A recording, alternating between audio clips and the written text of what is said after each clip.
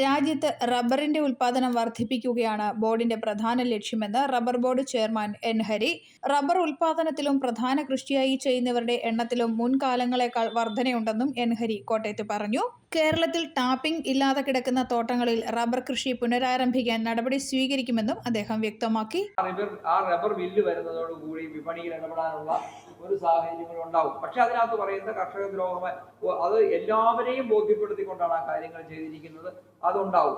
പിന്നീട് താങ്കൾ പറഞ്ഞതുപോലെ തന്നെ കേരളത്തിൽ കുറെ സ്ഥലങ്ങളുണ്ട്. ഇപ്പൊ ഞാൻ മുമ്പ് സൂചിപ്പിച്ചല്ലോ, ആത്മയുടെ പണം കേരളത്തിൽ, ഞാൻ ഉറപ്പ് പറയുന്നത് കേരളത്തിലും കൂടി പ്രയോജനപ്പെടുത്തിക്കൊണ്ട് കേരളത്തിലെ അൺടാപ്ഡ് ആയിട്ടുള്ള 2 ലക്ഷം ടൺ റബ്ബറൂടെ 2 ലക്ഷം ടൺ റബ്ബറും കൂടി ഉത്പാദിപ്പിക്കാൻ സാധിക്കുന്ന രീതിയിലേക്ക് അൺടാപ്ഡ് ഏരിയകൾ അതിനു വേണ്ടിയിട്ടുള്ള സഹായം ബോർഡിന്റെ ആത്മാവുമായി ബന്ധപ്പെട്ട് കേരളത്തിൽ ചെലവാക്കാൻ നമ്മൾ തയ്യാറാണ്, അല്ലെങ്കിൽ അതിനു വേണ്ടിയിട്ടുള്ള ശ്രമമാണ് നടത്തിക്കൊണ്ടിരിക്കുന്നത്.